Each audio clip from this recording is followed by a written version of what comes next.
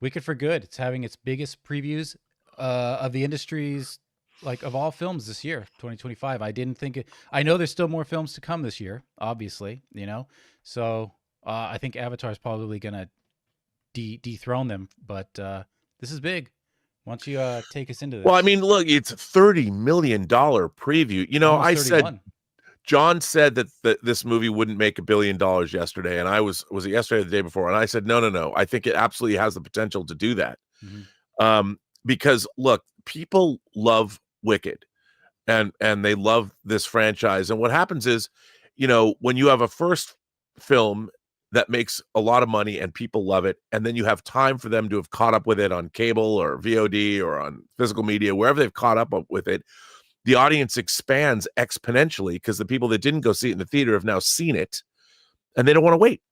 So you've got a lot more people clearly that were excited about this movie. And this, by the way, is a multiple viewing experience. Yeah, it You doesn't go make. back and see it again. Yeah, it doesn't make sense on a successful franchise that the sequel wouldn't do better. No, And if it's it's not just a good. sequel; it's literally part two of the same story. Yeah, Really, is yeah, what it is. absolutely. And I would assume it's going to make a lot of money. It's going to have a huge weekend. It's great for movie theaters. Rolling into December is fantastic. Um, and I think this is amazing. For the new Designing Hollywood, I'm interviewing the cinematographer. She who shot Wicked for Good, has worked with John Cho. She also shot Tick Tick Boom, which is Mm-hmm. a movie I really love. But I think these movies are beautifully made, and they're great fantasy epics. And I think it's exactly the kind of movie. To me, the Wicked movies are kind of like, in terms of their tone and how they feel, I'm not comparing and contrasting the movies. I'm saying the experience and the way they make you feel. It's kind of like when we saw Back to the Future in '85. Mm-hmm. You've got it. It just when you walk out of the theater, you kind of feel elated. Like, wasn't that great? It feels fulfilling. And even though Wicked was only one part of a two-part movie, I felt fulfilled when I saw it. I was like, this is a really great piece of work. Everybody was working. It was there. It was an A game piece of work, and that's what you want when you go to the movie theater. And I think this movie is going to make huge. Is it going to make over 200 million? What do you think? Oh, this weekend? Yeah, Well, really funny you bring that up because I was just looking at the article here, and it says the industry is tracking it for 150 to 180 this weekend. Universal has a more conservative take. They're thinking it's more like 125. But I mean, if it lands anywhere on the higher end of that 150 to 180, it's going to dethrone a Minecraft movie, which had a $162 million launch for Warner Brothers. So, I mean, if it hits on the higher end of this, I think a billion is definitely within reach. yeah, Wicked, the first Wicked opened to 112. So this is and 112, and it made 758 worldwide. So I mean, this is at least then tracking for like 850 to 9, just being conservative, yeah, absolutely. you know. So what do you think? Is this an outlier? Is this audiences No, I mean, returning? Is this the holiday season? Like, is there? Can I take any kind of like positivity out of this outside of just like this outlier? I mean, Avatar is going to be massive. So well, this, I think that this comes out of a hugely popular Broadway play that a lot of people know, that's been around for quite some time, that was based on a book that was also a favorite. I mean, let's face it, this is an IP property, mm-hmm. and John Cho did a great job of bringing it to the screen. I mean, this was a really well handled, Tony top shelf, A-list project that you Yeah. had, with Cynthia Erivo and Ariana Grande being perfectly cast for their roles, and Jeff Goldblum playing the wizard. Come on. This film is exactly what Hollywood does best, and it's working its A game on an A property. So I would expect it to be, I remember when I went and saw Chorus Line with like Michael Douglas Mm-hmm. playing.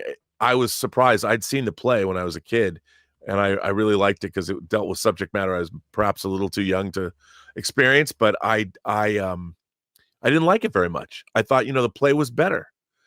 Whereas this, I think, and to be fair, I didn't see this on Broadway, but I think the movies were great. Well, the movie, I haven't seen Wicked for Good yet, but it's great stuff.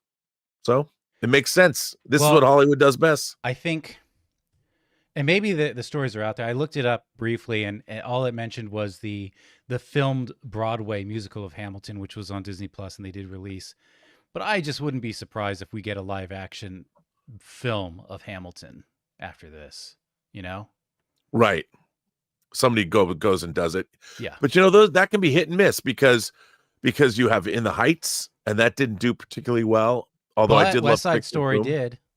Yeah, West Side, but it didn't do that well. Yeah. I mean, the original West Side Story did, but Spielberg's West Side Story was not a huge hit. But Hamilton doesn't have to have a budget nearly like, you're not going to Oz. You're going to the 1700s. Right. In America. Right. So you're inside. I would love to see that. Yeah. If Christopher Nolan was ever going to do a musical. Oh, come on. Get Christopher Nolan to direct Hamilton. That'd be interesting. There's definitely some interesting takes on that, but I think I just feel like that's a sure shot. Like, why wouldn't you do it? The budget could be well within constraints, and you could have a good profit margin.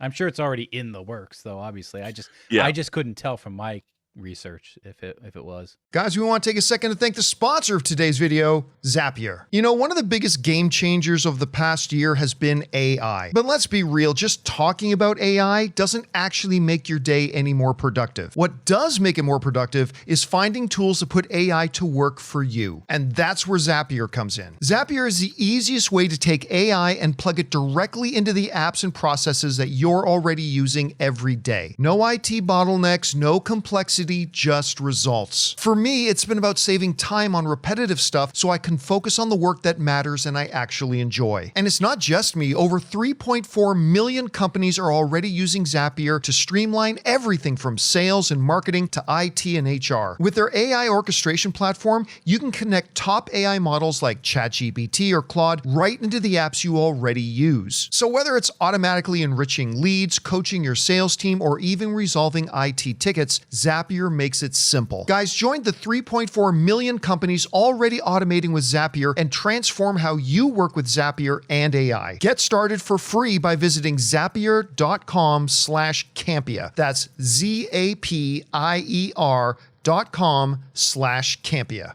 Hey guys, thanks so much for watching this video. Make sure you like the video, leave a comment, and subscribe to our channel. And don't forget, we have a daily podcast called the John Campea Show podcast, available on Apple Podcasts, Spotify, or your favorite podcasting app of choice. Go and subscribe to it today so it'll be there when you need it.